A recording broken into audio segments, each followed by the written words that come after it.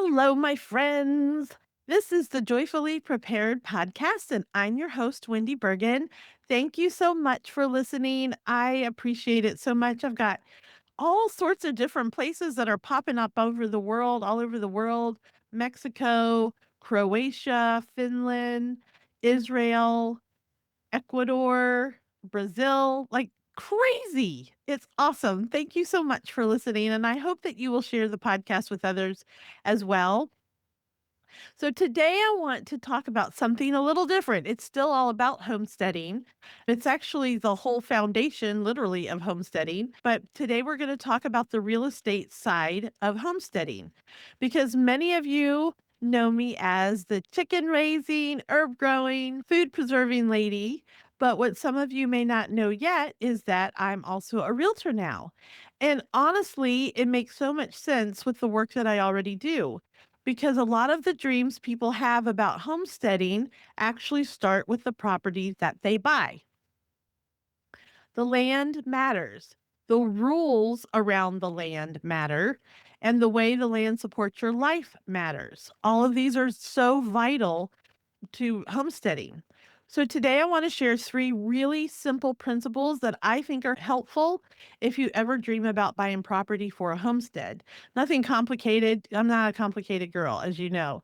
Just three things that can help you think clearly before you buy land, or if you're in the process of dreaming, or if you've already bought land. Principle number one: the land has to allow the life you want. What does that mean? So, this might be the most important one. When people look for a house, they usually focus on the house itself: the kitchen, the layout, the paint colors, the porch, the bathrooms, the house, right? But homesteaders have to ask a different question: can the land actually support the life you want to live? Can you have chickens? Can you plant fruit trees? Can you build a greenhouse or a barn? Can you sell your eggs or vegetables if you want to? A lot of those things are controlled by zoning or local rules. And sometimes people fall in love with a property only to discover later that they cannot do the things they hope to do there. When we were moving from New Jersey down to Florida, we obviously wanted to buy property to homestead. We had a little over 3 acres up in New Jersey that we gardened, had chickens, and we bred goats. So we were doing those homesteady things up there. And when we're moving down here, one of the things that we found was that there were properties in Florida that had 5 acres, but they were either deed restricted or they were in an HOA, a homeowners association. And these HOAs and or deed restrictions prohibited, even with large lots of land, acres of land, they prohibited things like having goats. One of them, you could have a horse, but you couldn't have a goat. Like, okay. You couldn't have dogs outside, okay? Just some weird, really weird rules. And I just don't want to be told what to do. And so it took us 9 months to find a property here in Florida because literally we couldn't find what we were looking for. When you're working with a realtor, they need to be telling you these things. You need to ask them, are there any deed restrictions on this property? Is there an HOA? And if so, I need to see what their rules are, what you can and can't do on that property, what it's zoned for. Is it zoned for residential? Is it zoned for agriculture? Are there different levels of residential or different levels of agriculture that what you can do on that property? So you need to figure out what you can and cannot do. And then you also need to learn, like, if you're going to sell things like your eggs, or maybe you're going to process chickens, you've got to figure out what those state laws and local laws are as well, so that you're not like putting yourself in a corner when it comes to providing for yourself on your homestead, right? Making money. So that's very important to know those things. Yeah, that was frustrating because I couldn't believe a 5 acre piece of land would have rules. Like, why can you have a horse, but you can't have a goat? Like, that doesn't make any sense to me.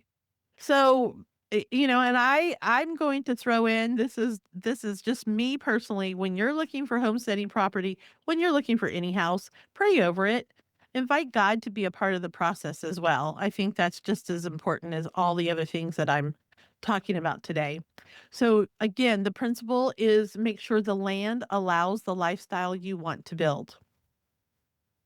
Principle number 2, the land matters more than the house. Okay. We always want to look at the house because that's where we're going to live. That's where we're going to sleep and eat and all the things.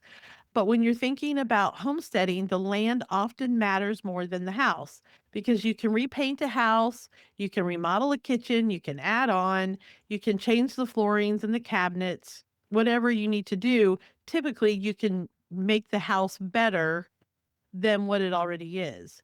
But it's much harder to change the land, if not impossible.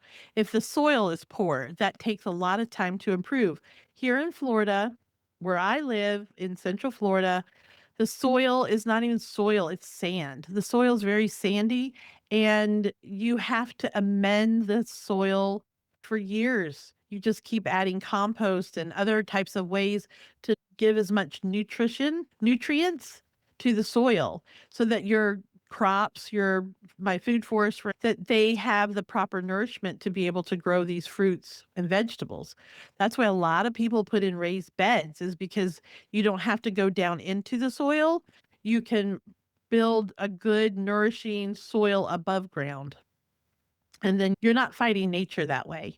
So just know that you need to understand what you're getting into regarding the soil if you plan on growing things.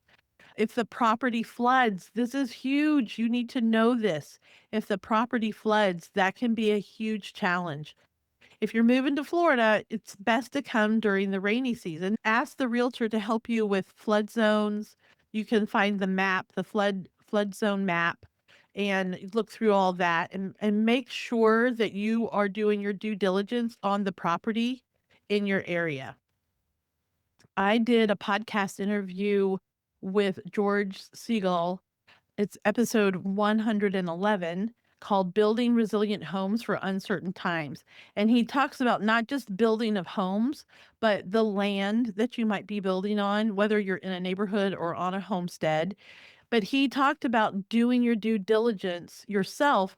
Don't just rely on your realtor. Your realtor should do a lot of this help for you, but you also need to ask the realtor questions to search out for you.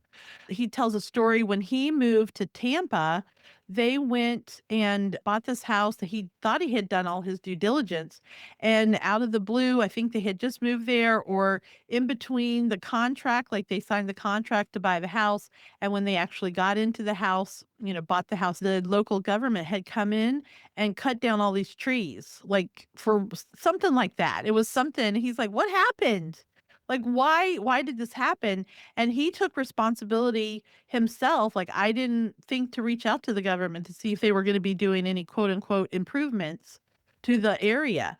And so understand that you need to do your due diligence. You can't blame people for things that you can figure out yourself. Your realtor should be on it. I'm not saying that. And interview your realtor too before you get going because you want to know that he or she has your best interest in mind and knows what resources there are to get better answers so that you are covered. You've got to take care.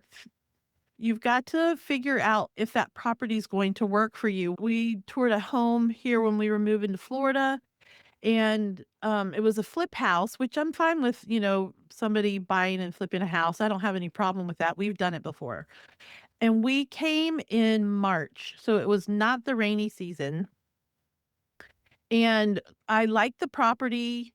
I was pretty happy with the location, but I noticed that it wasn't very many acres. I don't remember how many, less than 5. It did have a barn. The house was a good size. It was a good location, but I noticed that the fields that they had fenced in, there was something about the road that came into the house. I could just tell that there was massive flooding that had happened. You see signs. You'll see like a water line up on a telephone pole. Like you'll just see some dirt up there in a line. It won't be wet. It'll just be like a dirt.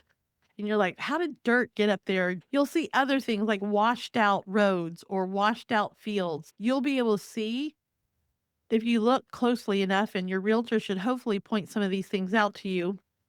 And that's your decision to buy or not. But I'm just saying, we didn't end up buying that house because I was concerned about the flooding. So your house does matter. Good homestead land usually has things like sunlight, usable soil, and space to grow food and maybe expand a little bit, whatever you might be trying to do. And remember trees, if you've got to take down a lot of trees, you need to have sunlight for your garden and for your animals. So just keep those things in mind. Finding someone who's a good realtor is a homesteading realtor is a little bit different than someone who just does houses. Someone who understands property and understands the lay of the land, who may have resources. For instance, when I have a couple or a family who wants to homestead and they're asking about specific things, I can help them with a lot of those specific things. But in some cases, I may need to bring in a resource. Like I have a regenerative farmer who helps me on my property know where to plant things. And so I'll bring him with me to walk with this family and explain to them an assessment of the property in a much deeper way than I can. And that's a resource, though. He's my resource, like literally my resource for my land. And he helps me plant my food forest. And he's amazing. And so I use him to help me with other people's properties as well. So your horse. Your house does matter. Of course it does. But many wonderful homesteads start with a modest house sitting on good land. Land is what makes the dream possible. Principle number 3, buy within your means and let your skills grow the land. Now, this one is near and dear to my heart. I feel very, very, very strongly about this. Sometimes people think that they need a huge piece of property to start homesteading. And this is kind of one of the main reasons why I chose to become a realtor is because I come in contact with people just because of the work I do as a homesteader and as someone who teaches homesteading skills. I find people and I read about it. I find people who talk about, yeah, we're getting out of the city. We bought 40 acres and now we're going to make our live off grid and do this. And they have no idea how hard that work is. And I really mean that from the bottom of my heart. That's why I say start with a modest piece of property. Unless you have a gazillion dollars, which is about what you need, right around a gazillion, give or take. And you know what you're doing. Starting a homestead is not for the faint of heart. I don't want to discourage anyone. I want to encourage everyone if that's something that you want to do. And I did a podcast about this a few weeks ago. It was episode 199, how to start homesteading without land. What does that mean? We talked about making sure the property you're looking for has zoning to do what you want it to do. We just talked about having the property be good property in general. Like it has good water, doesn't flood, it has maybe good soil, all those kinds of things. But before you start to buy the land, or you can start homesteading by learning skills before you actually buy your property.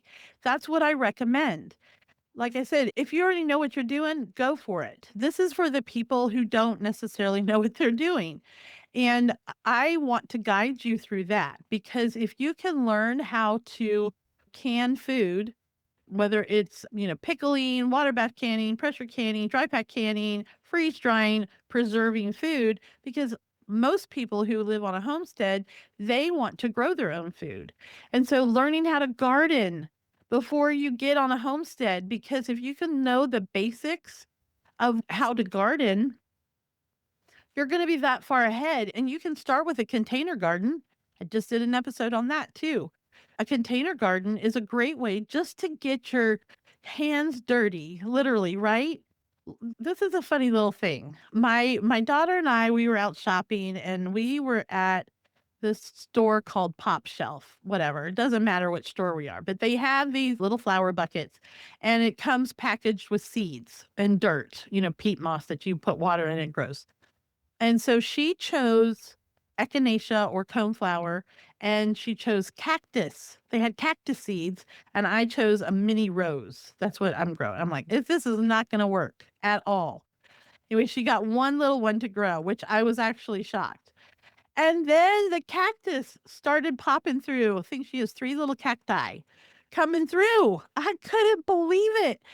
And then my little roses came through too. But here's what's so interesting. My point being, when you learn how to garden, you're going to also learn what the little sprouts look like versus weed sprouts.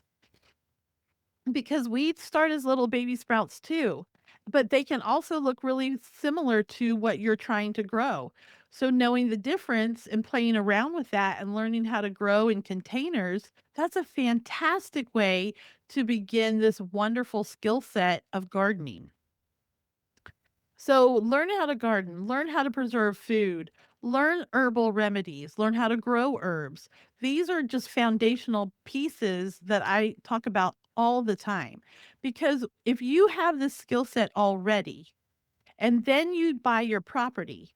You already know how to garden. You're going to have to learn your area a little bit and maybe amend the soil in that area. And that might be some successes and some failures, but that's okay. That's all part of the learning.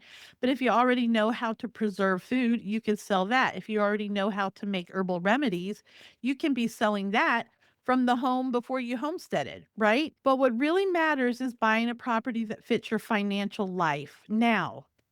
Be careful because the lender's gonna say, "Oh, you qualify for 50 million gazillion dollars." You're like, "Yay, I can do that." But what happens if something happens? So stay within a strict budget. Be kind to each other if you're a couple, because one couple might wanna be a little more extravagant than the other.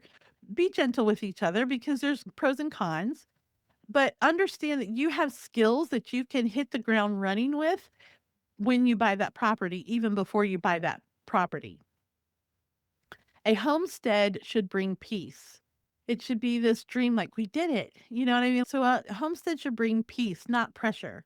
If the mortgage is too big, it becomes stressful instead of joyful, and we're all about the joyful here. So buy within your means and then think about the skills that you can use on that property, and I would say before you buy, think about the skills that you can use on that property, especially if you go into contract with the property. You can start looking around going, "Okay, what can I grow? Can I grow sunflowers? Can I grow a cut flower field?" What could you already plan, depending on what time of the year you're doing that you could put in and start something simple and easy. Maybe you grow herbs. Maybe you sell some eggs. Maybe you start seedlings in the spring. Maybe you teach a class, sell baked goods, or run a small farm stand someday. A property does not have to be huge to become productive.